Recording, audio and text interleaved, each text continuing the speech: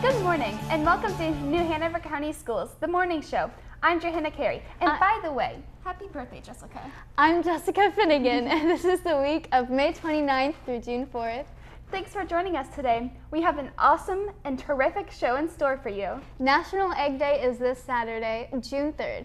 Yes, it's a real thing, and yes, we are celebrating it on today's show with a special feature all about eggs. We also have a new episode of Cooking with Caitlin, where she teaches us how to make a delicious dish, and eggs are part of the recipe. And we have our final edition of Around Town for the school year. In it, we'll learn about several fantastic things going on in our area in the coming month. It is going to be another great show. But first, let's check in with our news anchor, Ivan Santiago, who is standing by with your school news headlines. Good morning, Ivan. Good morning, Joanna and Jessica, and welcome to everyone to your school news here on the morning show. Topping the headlines this week, Wrightsboro students tackle Mission STEAM, Sunset Park grand winner of Playground Makeover Sweepstakes, and Elementary Science Olympiad a huge success. I will have all those stories and more coming up later in the show. Thanks, Ivan. Okay, get ready to laugh because it's time for our joke of the week. Students in Miss Clayton's Honors drama class at Ashley High School have performed these jokes for the morning show. Now you can start each day off with a dose of humor. Here's our joke of the week.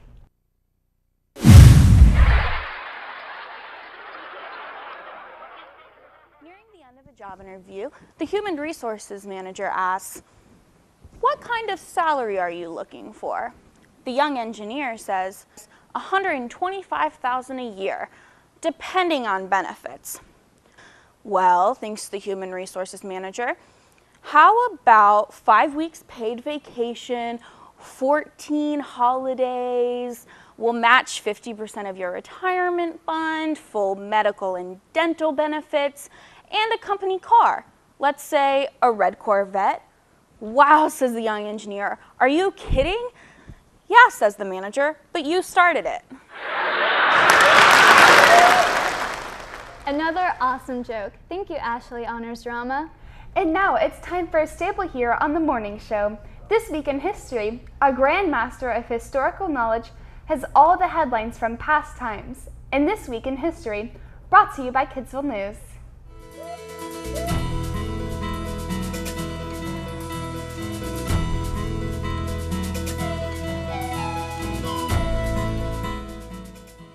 Welcome to This Week in History. I'm your historical host, Rocco Slano, covering all the colorful and amazing events that have left their mark on history's timeline. This is the week of May 29th through June 4th. May 29th, 2005. 23-year-old Danica Patrick becomes the first female driver to take the lead in the storied Indianapolis 500. Patrick finishes in 4th place, and her stellar performance earned her Rookie of the Year honors and a place in the history books. May 30th, 1971. The U.S. unmanned space probe Mariner 9 is launched on the mission to gather scientific information on Mars. Spacecraft entered the planet's orbit in November and circled Mars twice each day for almost a year. May 31st, 1859. The famous tower clock known as Big Ben rings over the Houses of Parliamentary in London. For the first time, the name Big Ben originally just applied to the bell, but later became to refer to the clock itself. June 1st, 1968. Helen Keller dies at the age of 87. Blind and deaf from infancy, Keller circumvented her disabilities to become a world-renowned writer and lecturer. June 2nd, 1865. An event that is generally regarded as marking the end of the Civil War. Confederate General Andrew Kirby Smith signs the surrender terms offered by Union negotiators. With Smith's surrender, the last Confederate Army ceased to exist, bringing a formal end to the bloodiest 4 years in U.S. history. Finally, your weekend history tidbits. June 3rd, 1965. 120 miles above the Earth. Major Edward Wright is the second opens the hatch of the German N4 and steps out of the capsule, becoming the first American astronaut to walk in space. June 4th, 1919. The 19th Amendment of the U.S. Constitution, guaranteeing women the right to vote, is passed by Congress and sent to the states for ratification. That's This Week in History, your ultimate sources for those key moments in time. I'm Rocco Solano. Thanks for stopping by.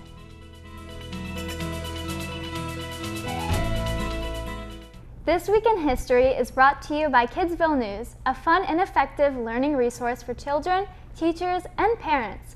Kidsville News is always free. Copies are delivered every month to every elementary school in the New Hanover County school system. And join us again next time for another journey through time as we explore the fun, fascinating, entertaining, and educational facts that make up This Week in History. We have plenty more of the morning show ahead, including Science Nation and this week's lunch menu. Stay tuned. We'll be right back.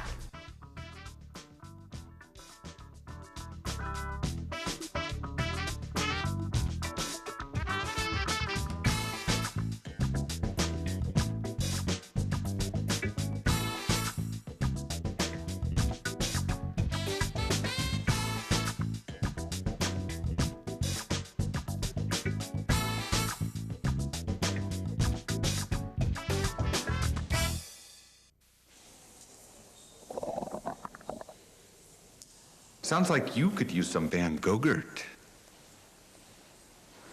It's fortified with arch-rich nutrients to improve your math and reading skills. Catch! Van Gogurt, thanks. So what's the deal with your ear? Always with the ear, huh? Feed your kids the arts. For 10 simple ways to learn how, visit AmericansForTheArts.org. Welcome back to the morning show. I'm Johanna Carey. And I'm Jessica Finnegan.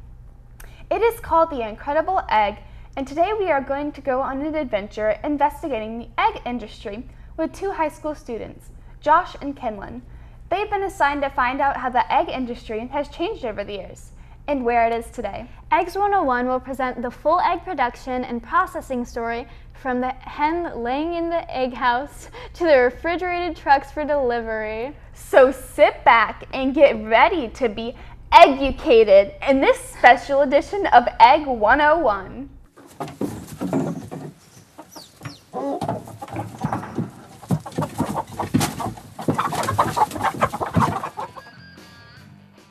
One of the main reasons the egg is so popular is due to what it offers. It's a natural, nutrient-dense food with no hormones. You can eat eggs by themselves in a variety of ways, and they're a crucial ingredient in countless recipes. Eggs contain the highest quality protein of any food, and they come in their own convenient packages. The shell of an egg is mostly made of calcium carbonate and makes up about 9 to 12% of the total weight of an egg. The shell isn't solid.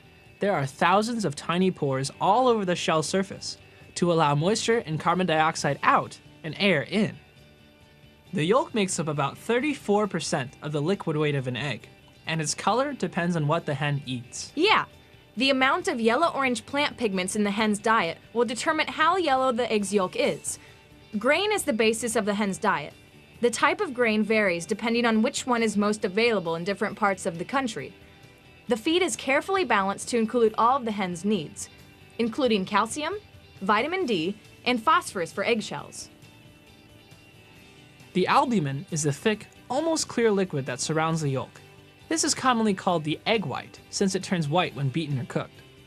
The albumin accounts for about 2/3 of an egg's liquid weight and contains just over half, about 57%, of an egg's protein. An egg is warm when it's laid, about 105 degrees Fahrenheit. As it cools, the liquid contents contract. The inner and outer shell membranes will separate at the large end of the egg and form an air cell. The size of the air cell is used for grading. There's a lot going on in an egg. Hard to believe that hens lay almost one a day. Almost. The average is over 250 eggs a year.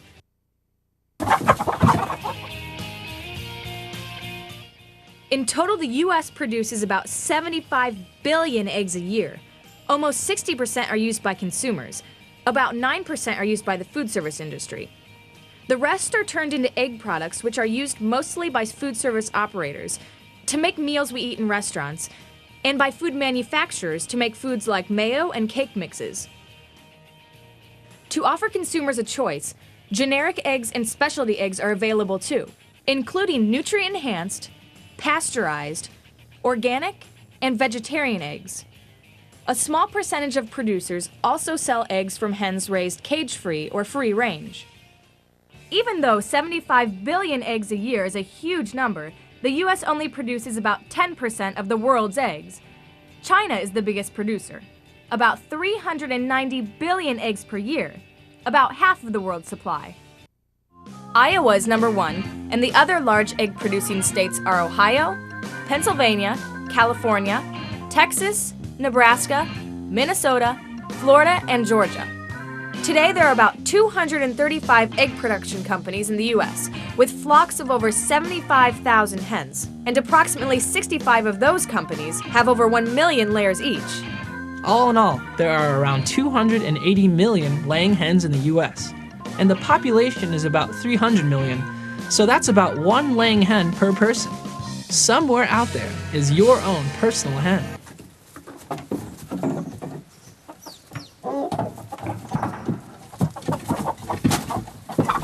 We hope you enjoyed that adventure and learned a little something about the egg in the process. Remember, this Saturday is National Egg Day, so be sure to celebrate by eating some scrumptious eggs. They are delicious.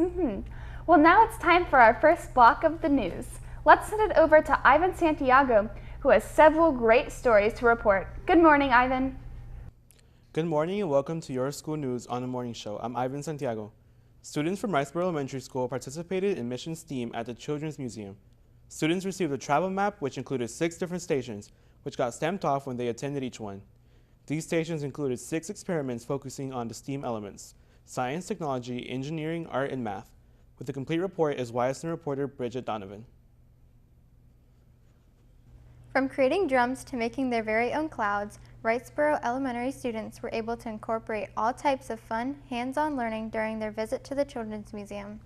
Students started off their day with the Forces and Motions experiment, which helped them understand the relationship between sound and vibrating objects. I've learned that the lower the noise, the farther the sound waves, and the higher the noise, the shorter the sound waves. That beat is a part of rhythm, and that you can make rhythm by just banging on a drum 1 or twice. The next mission students participated in was the Properties and Change experiment, teaching them properties of solids and liquids and the changes they undergo. Students mixed 2 liquids together to form a thermochromatic slime, which they could mold and stretch into different shapes. Today, we were really lucky enough to get a grant by Corning Incorporated, and so we are putting on Mission STEAM. And Mission STEAM is an all-day science event that is for the kids, the 2nd grade class of Riceboro Elementary. So because they were excellent students and they thrived in their academics, we decided to do kind of like an end-of-the-year really fun STEM event. And STEM stands for science, technology, engineering, and math. So all of our different stations around the museum are centered around the different STEM topics that they learned during their school year. Students had a blast at the Earth Systems experiment, which taught them the patterns of weather and factors that affect the weather. At this mission, students reviewed the 4 stages of the water cycle: evaporation, condensation, precipitation, and collection, and made a cloud to observe. Using glass jars, blue water, shaving cream, and a thunder tube, these students created their very own versions of condensation, precipitation, and collection through their very own homemade clouds. At the Living Organism stations, students compared the life cycles of different animals. They learned about the 4 stages of the butterfly: egg, larva, pupa, and butterfly, and how each stage occurs and changes to another. The next station to be stamped off the students' travel map was the Evolution and Genetics mission. Using the family of sharks as an example, students learned that even though animals may look different, eat different, and live in different places, they are still in the same family of species. Students made their last stop at the Dissecting Owl Pellet Station. At this station, students took apart and observed owl pellets, which are compacted bones, fur, and sand that owls regurgitated hours after it eats because they're indigestible.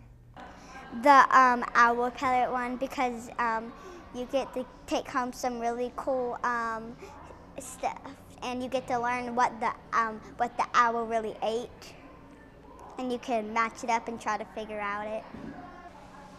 The owl pellets because you got to see like what the owl ate, and like you got to dig out some bones from it, and it was like a little fur ball kind of. It was an amazing day of activities that the students from Wrightsboro will never forget. Reporting for your school news, this is Bridget Donovan. E.A. Laney High School has awarded 4 students the Ronald Reagan Student Leader Award. They are Garrett Smith, Ivan Elkins, Alex Schaefer, and Leroy Pridgeon. Each year, the Ronald Reagan Foundation works with schools from across the country to recognize and celebrate outstanding student leadership. Each recipient is invited to share their story on the website of the Ronald Reagan Foundation. This award is also a way for high school administrators to recognize outstanding high school students whose leadership, drive, integrity, and citizenship skills are emblematic of our nation's 40th president. These students received a Ronald Reagan commemorative coin and certificate of achievement. The Healthy Weight Commitment Foundation, in partnership with Discovery Education, selected Sunset Park Elementary School as the grand winner of the 2017 Healthy Playground Makeover Sweepstakes. As a grand prize winner, Sunset Park Elementary received a new Play Cubes playground and a $30,000 grant for additional sporting goods equipment. The award was presented to school officials in a special ceremony. Familiar with the school, but there's not a lot for the grades 3-5. We split the students, so in their part of the playground there is actually no playground, so we're excited to be able to have them have a playground to be able to use every day, be more active outside, more constructive with their play. The extra $30,000, we're going to meet as a school improvement team, and figure out how we're going to use that money. We have ideas. We may do anything from hiring a part-time staff member to teach healthy behaviors, healthy habits to kids. We're going to buy sports equipment, and we may use it to go on field trips, but that's going to be a school-based decision, but it's definitely going to be utilized to promote a healthy lifestyle.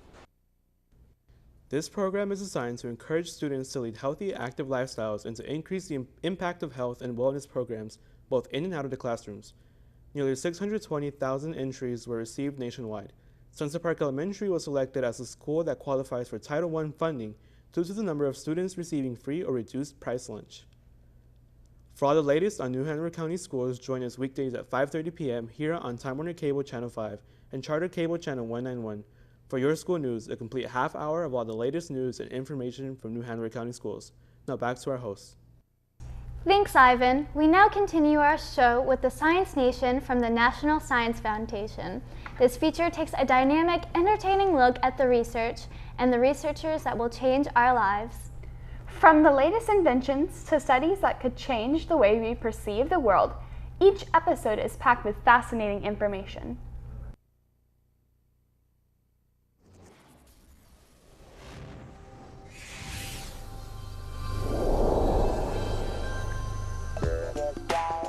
See this? Logan knows when he's been handed a raw deal. He and Liam, the monkey next to him, just did the exact same trick. And Liam got a grape. Now, any monkey knows grapes are more prized than that boring old cucumber slice he received. So they're more than happy to eat cucumbers until they see their partner getting a grape, in which case they don't like their cucumbers anymore. We humans may not get all spun up over cucumbers or grapes as our monkey cousins, but we do share an innate sense of fair play. And with support from the National Science Foundation, psychologist Sarah Brosnan and her team at Georgia State University and Chapman University are trying to see if cooperation is baked into our DNA as well. We need everyone to click on the green start button. To test the notion, Brosnan has rigged up games for humans and monkeys to play. You ready, guys?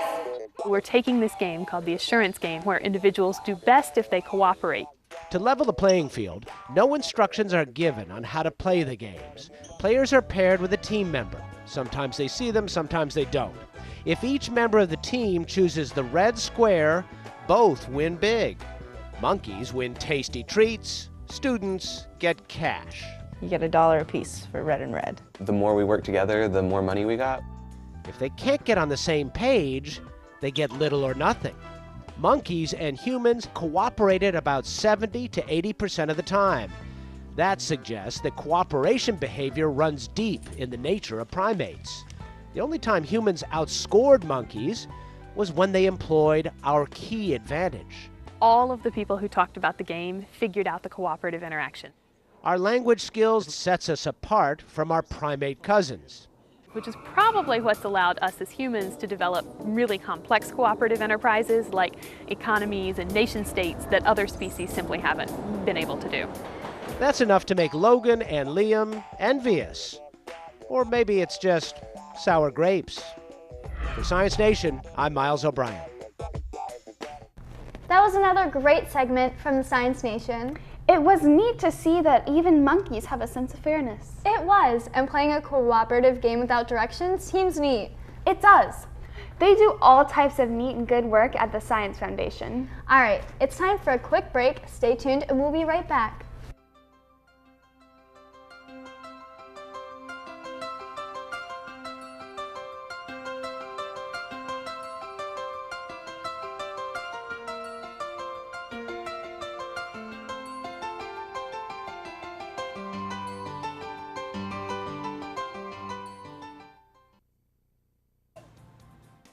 You! Are you the weakest link at your bus stop? Because you don't know the school bus safety rules. When riding on the bus, stay in your seat. Don't stick anything out the windows. Listen to the bus driver, follow his or her directions. Talk quietly with your friends. Don't throw things in the bus. Safety! And the big yellow bus keeps everyone safe and sound. Welcome back to the morning show.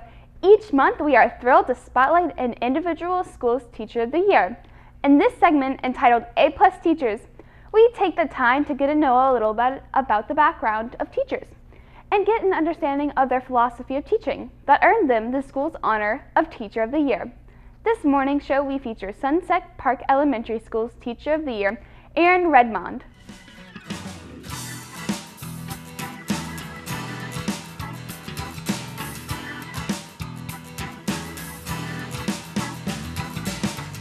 My philosophy towards teaching is at Sunset Park, our motto is every child, every chance, every day. So that kind of goes into the my philosophy of teaching as well.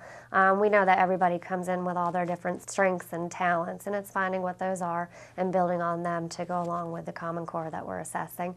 And not just building up the academic child, but building up the whole child, both their strengths and needs inside and outside of the classroom.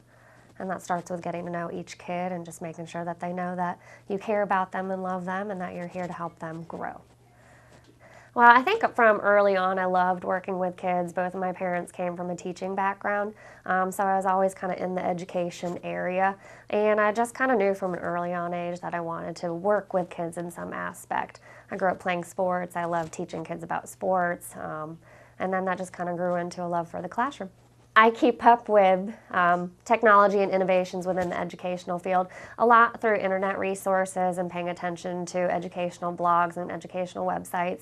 My colleagues are also absolutely wonderful. They're constantly looking for new ways to teach things and keep up to date with, different ways to teach kids through the variety of different learning methods.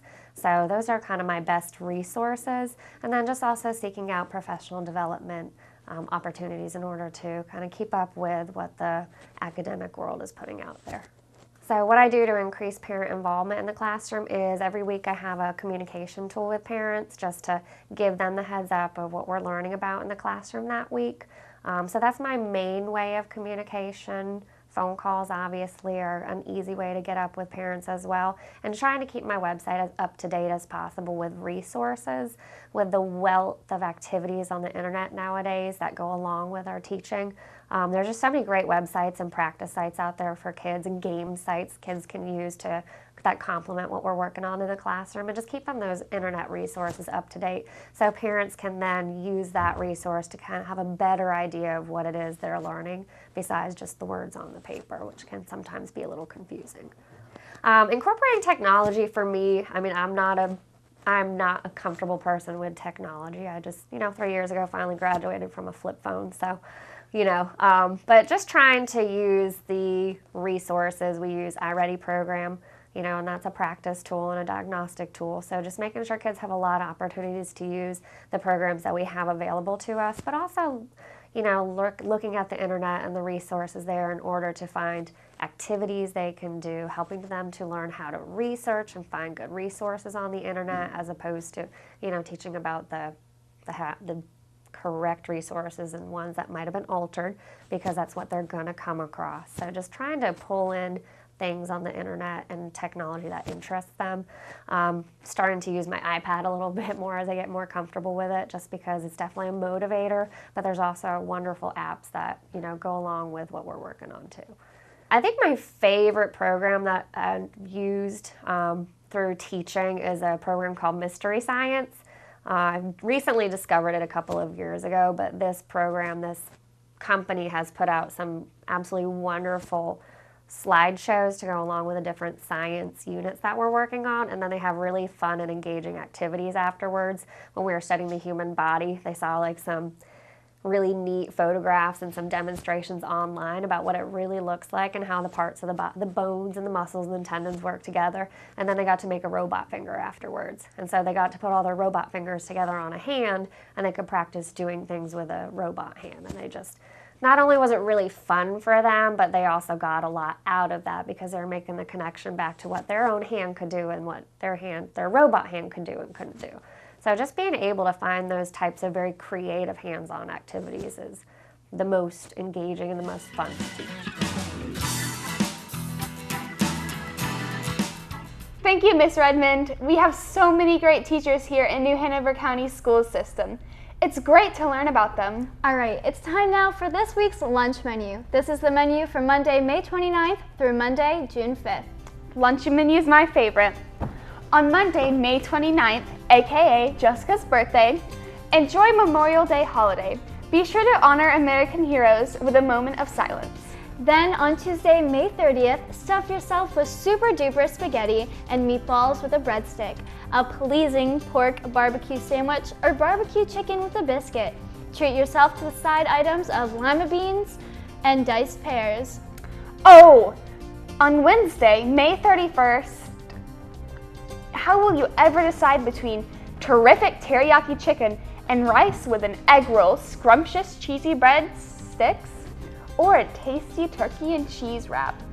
While you're contemplating your entree, grab the side items of pasta salad, tomato and cucumber salad, and a frozen fruit cup. On Thursday, June 1st, this is the last time this school year you will be able to eat our cafeteria's magnificent macaroni and cheese with a roll. While you're in the lunch line, grab a handful of crunchy carrot sticks, ridiculously appealing roasted potatoes, and sweet to the senses mixed fruit. Then on Friday, June 2nd, you will be running for a second when you munch at lunch on tasty chicken egg rolls, served with fried rice. Be sure to call dibs on the side items of real Oriental vegetables and diced peaches. Finally, on Monday, June 5th, start your last week of school off bright with crispy chicken nuggets with savory rice and gravy. Get the rest of the nutrients you need from mouth-watering macaroni salad, the sweetest sweet potato, and delicious diced pears. And there you have the lunch menu for the week. In addition to those items, milk, a garden salad, fresh fruit, French bread pizza, and a peanut butter and jelly combo will be available daily. So yummy in my tummy!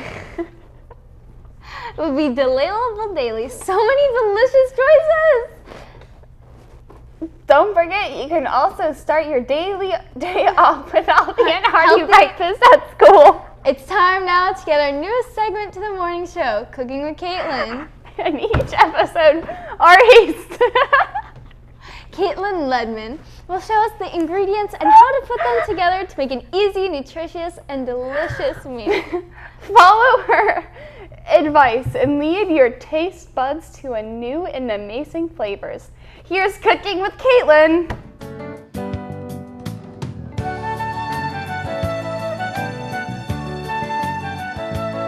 Hello everybody and welcome to Cooking with Caitlin.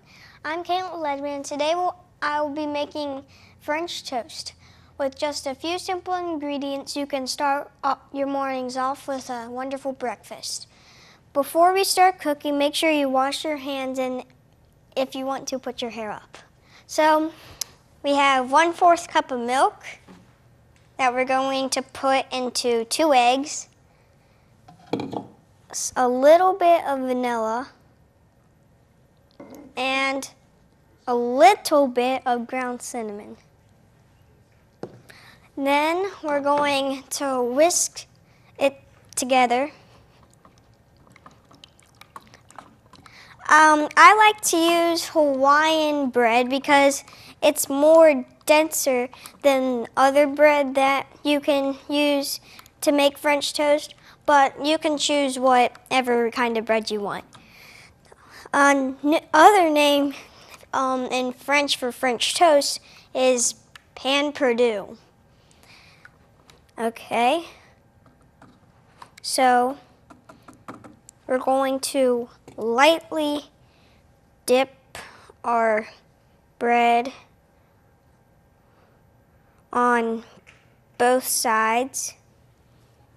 Okay, let it drip for a second, and then we're going to put it on the griddle and do it with 4 pieces of Hawaiian bread.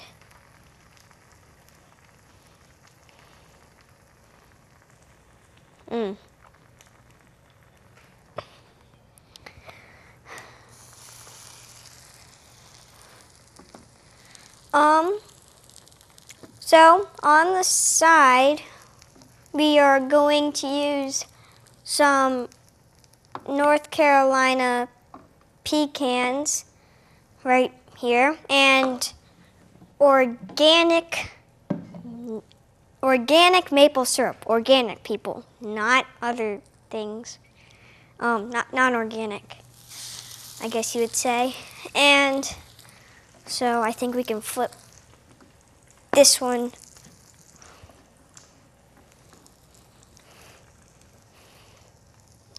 And you can also serve this with any type of fruit you want, or eggs, bacon, whatever you want. And it's a great way to start off your morning right.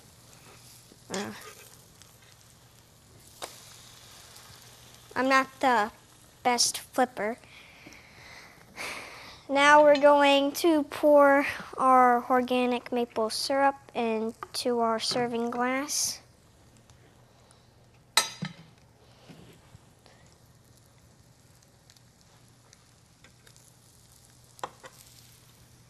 Okay. We're gonna flip these 2 over. Let's see if these ones are ready. Last time I did this, I quite failed because I didn't let it drip. So now we're going to let those 2 rest. Well, not rest, but let those 2 cook for a couple more minutes. And thank you for watching Cooking with Caitlin. I hope you enjoy. Back to you. Thank you, Caitlin. That looked like a delicious yet healthy treat. Yes, that definitely looked like a dish I'll have to try at home. Definitely. All right, everyone get a pen and paper ready. It's time for our morning show math question. This is a challenging problem for you to solve at home. We'll give you the question now and then solve it for you after the break. So put on your thinking caps and get ready to solve our question, because here it is.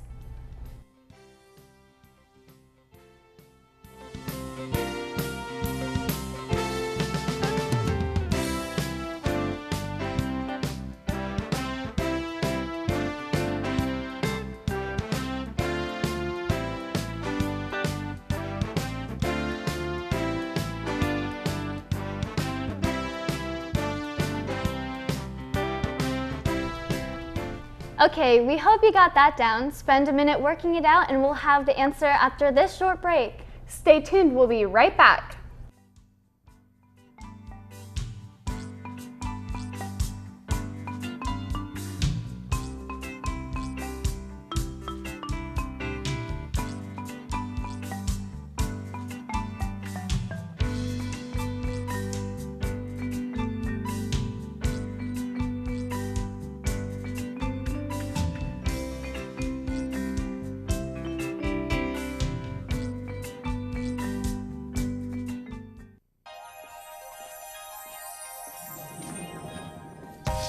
Say with me, imagine what you'd see if every child had a book to read. 'Cause every kid across the nation deserves a book to read, and we can make it happen right now.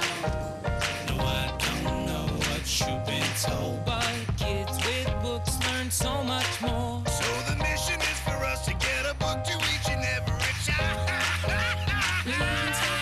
So let's join hands, book people unite, unearth hidden passion. Survival, have a good time. Planting seeds of inspiration to motivate some magic. To change the writing on the wall, writing on the wall, and make a difference. One book can inspire a child. One book can be the milestone that helps to change a life. People unite. Read to a child today and spark a lifetime of ambition. Welcome back to the morning show. I'm Joanna Carey. And I'm Jessica Finnegan. Before the break, we showed you our morning math show question. Were you able to solve it correctly? Here's Elizabeth Crace, math teacher at Murray Middle School, with the solution.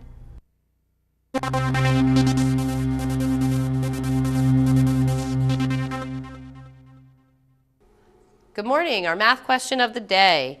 If 9 out of every 20 students at Jefferson School are boys, how many of the 840 students at the school are boys? So if I have 9 out of 20 are boys,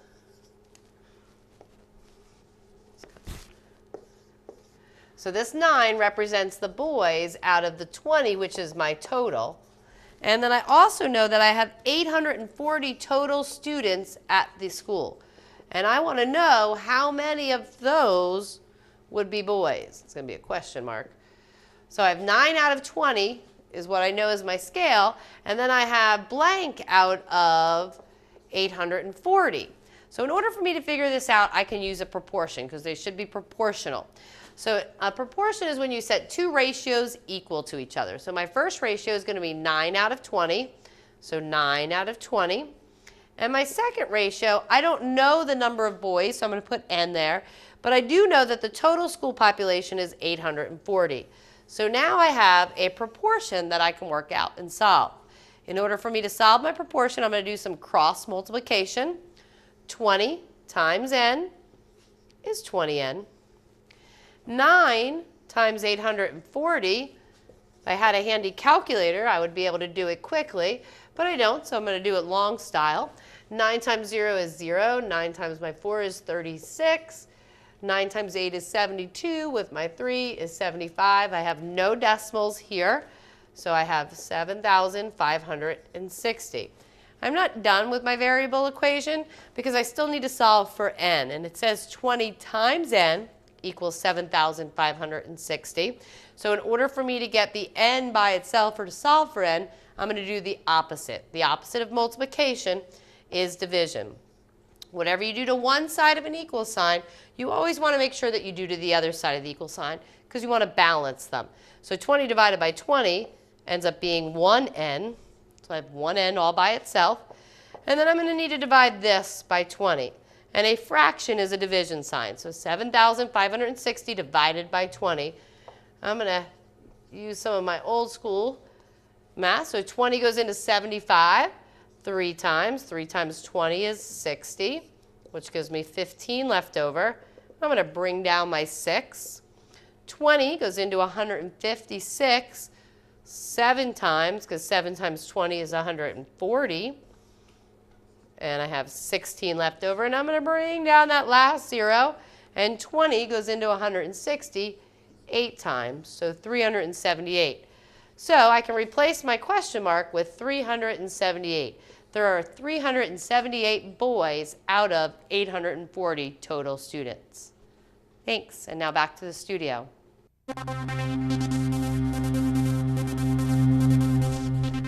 We hope you enjoyed our morning math show problem, and we got those brain juices flowing. Each week, we'll feature a new problem for you to solve. We now have our newest edition of Around the Town. We'll take a look at an upcoming family-friendly events happening in our area in the next few weeks. This segment is written and produced by New Hanover High School senior Ivan Santiago. Here's this month's edition of Around the Town.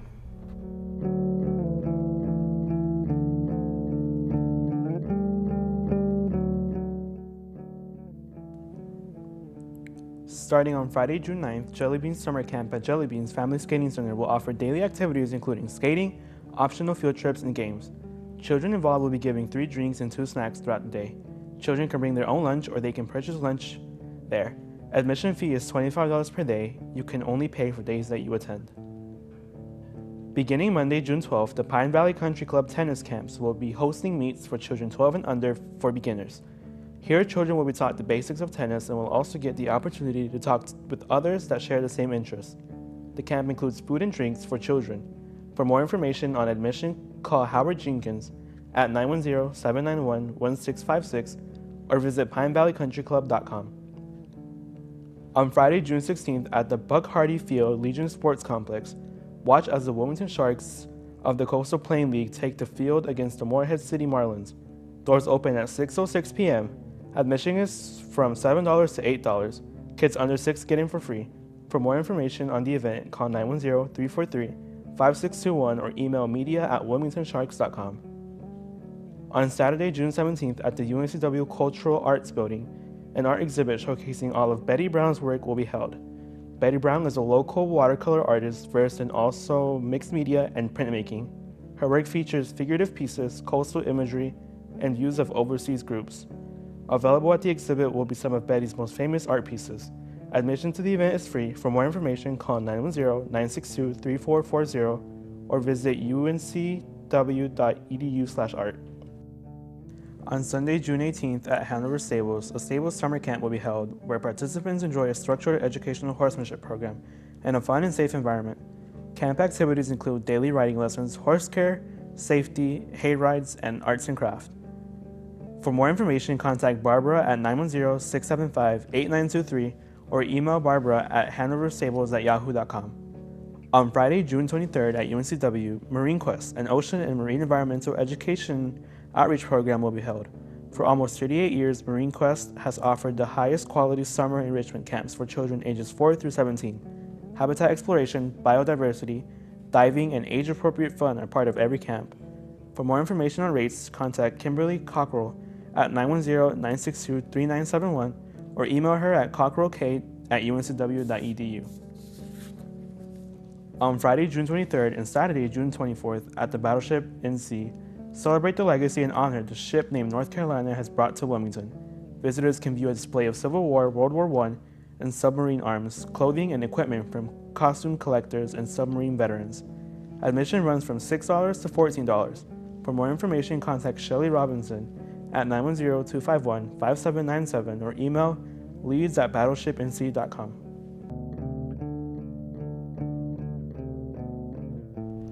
Thank you, Ivan, for that segment.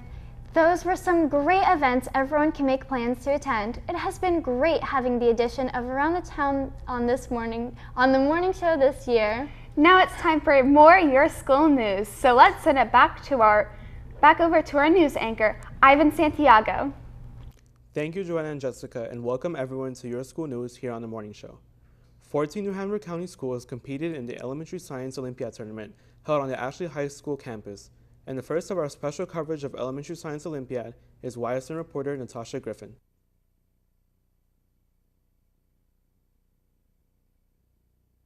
This year, competitors tackled the fun, accessible, and exciting challenges at the Elementary Science Olympiad tournament. The elementary events take advantage of the natural curiosity of each child and allows for in-depth hands-on experiences.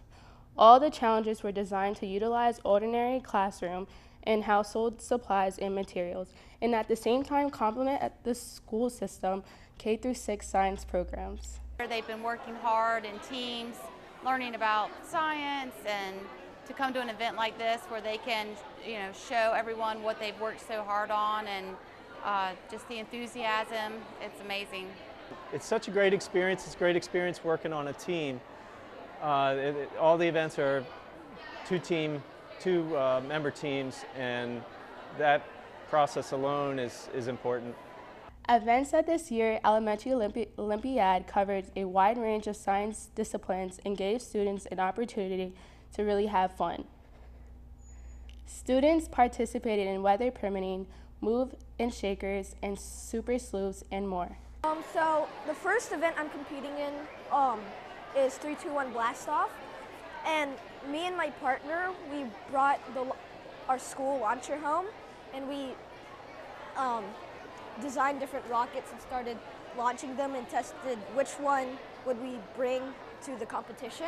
So far, us four have done Describe It, Build It. Me and Alyssa, we were the describers, and these two are the builders. When you're describing, it's very nerve-wracking because you don't know if you've left something out or if your partner will understand what you're saying.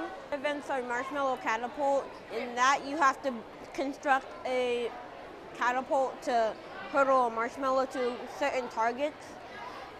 Data crunchers, where you have to understand different units of math. Improving their performance in science is especially true at the elementary level, where students are building their knowledge base that will serve as a gateway for future science courses and ultimately career choices. Preparing for and participating in Elementary Science Olympiad gives students opportunities to gain knowledge and understanding in science that will be challenged within the classroom. You get to learn about different things that you wouldn't get to learn in a classroom environment.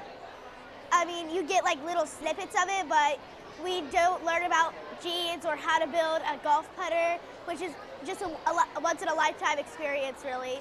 And it gives me confidence to do other things, because I know if I can take a test in there and not go crazy, I can do anything, really. Well, you get to build things, and then you have to test them. But, you get really smart in science. The elementary years are important for influencing young students' perceptions about science. It is during these years that students, if taught science in hands-on, problem-based manner, begin to develop important lifelong science literacy skills, such as problem-solving, critical thinking, self-regulated learning, and teamwork.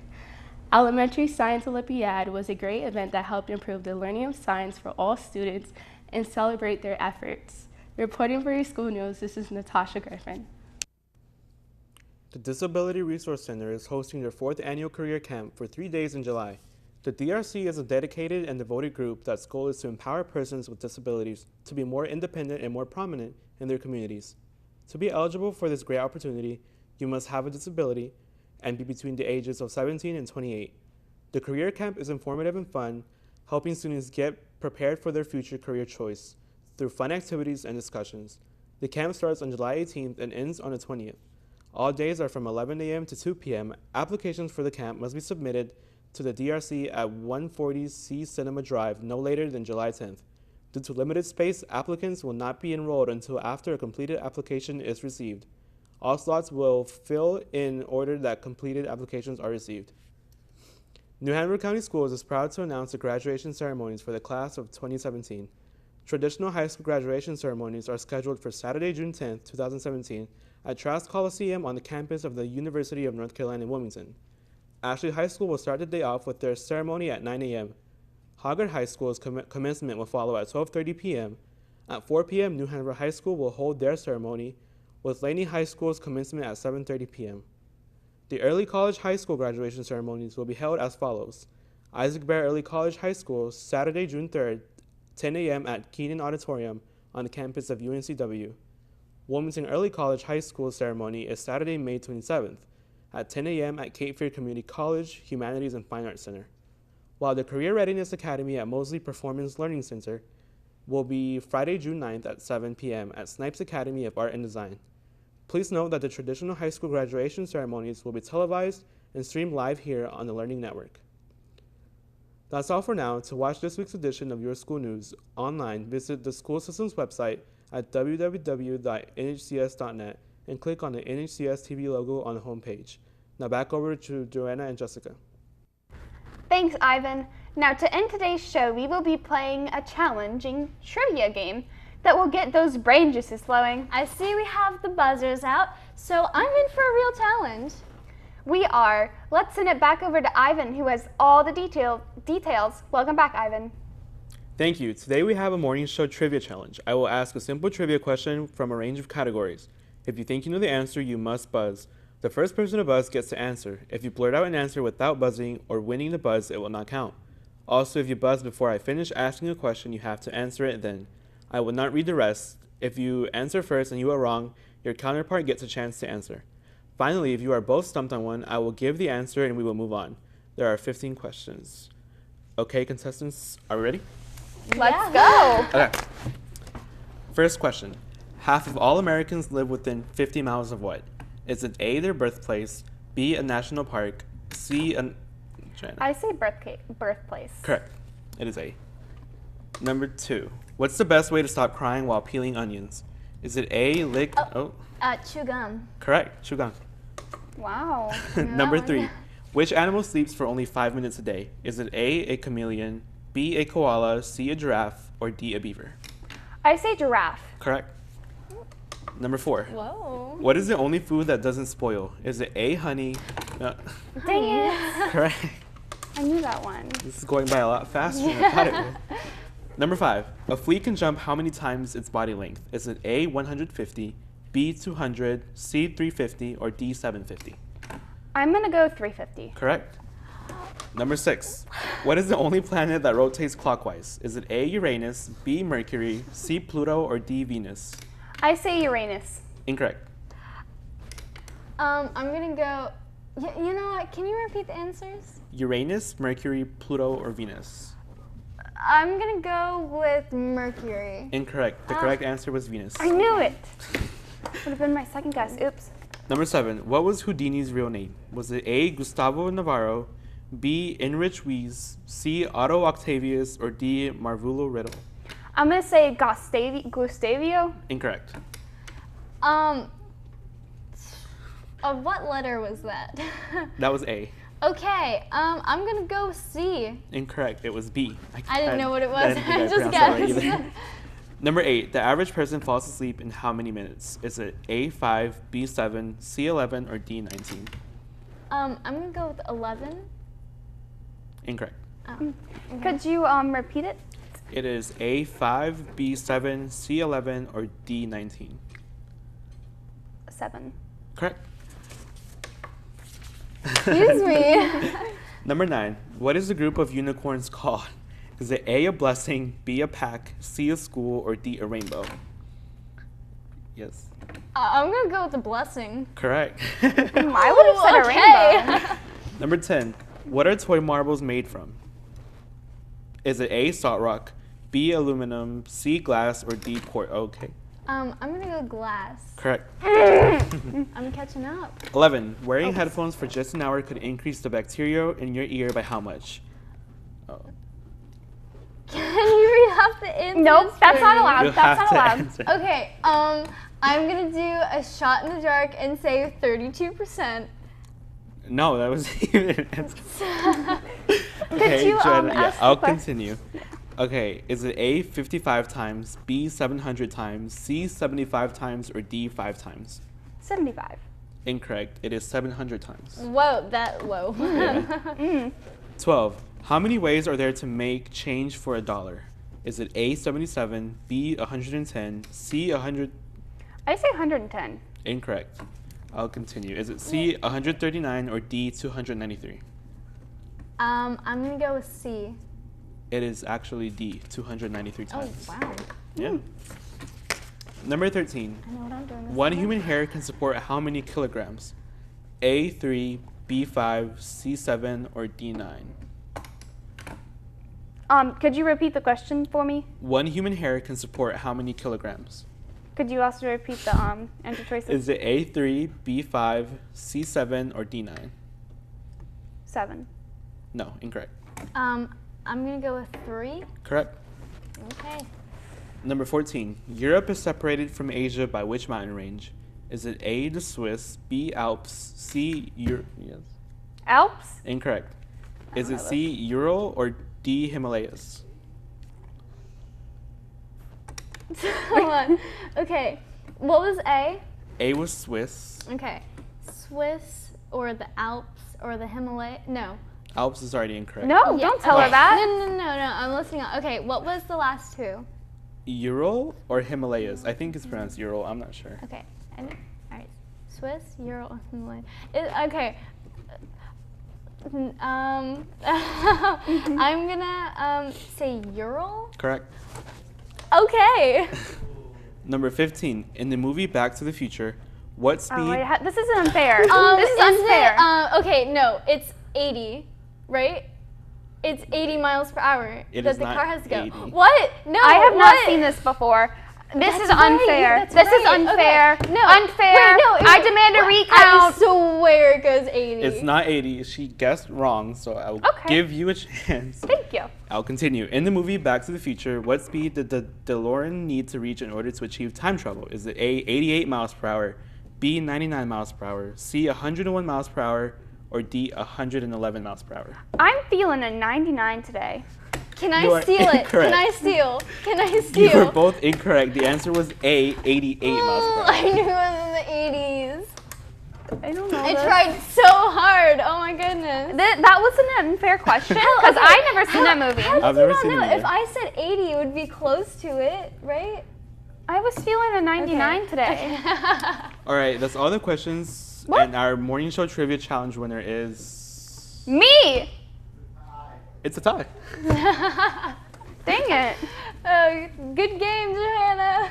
I should have won, but good game. Well, that does it for this edition of The Morning Show. Remember, for the best TV of all, each and every day, keep it tuned right here for New Hanover County Schools TV on the Learning Network. Have a great day. And a wonderful week. That was an unfair